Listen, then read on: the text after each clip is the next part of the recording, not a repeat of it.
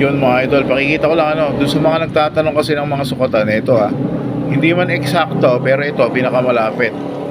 Ito mga idol, tinatawag ko ng munggo size. Ito naman yung sinasabi kong mas malaki sa munggo size.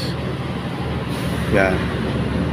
Ito naman yung tinatawag ko na, kasi di ko alam yung tangkal, sa totoo lang mga idol, hindi ko alam kung ano yung eksaktong patangian ng tangkal at sukat ng tangkal.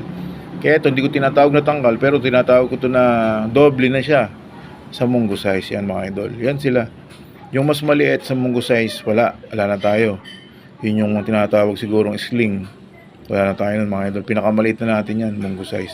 Huwag kayong malilito sa video, kasi sa video pag nilapit natin yan mukhang malaki, pag nilayo natin mukhang maliit. Isipin nyo pare, mga amo, mga idol, yung munggo. Kaya puro pag ako nagtanong kayo sa akin, puro sa munggo ako babase, no, mga idol. Kasi sa video, lapitan natin, lalaki.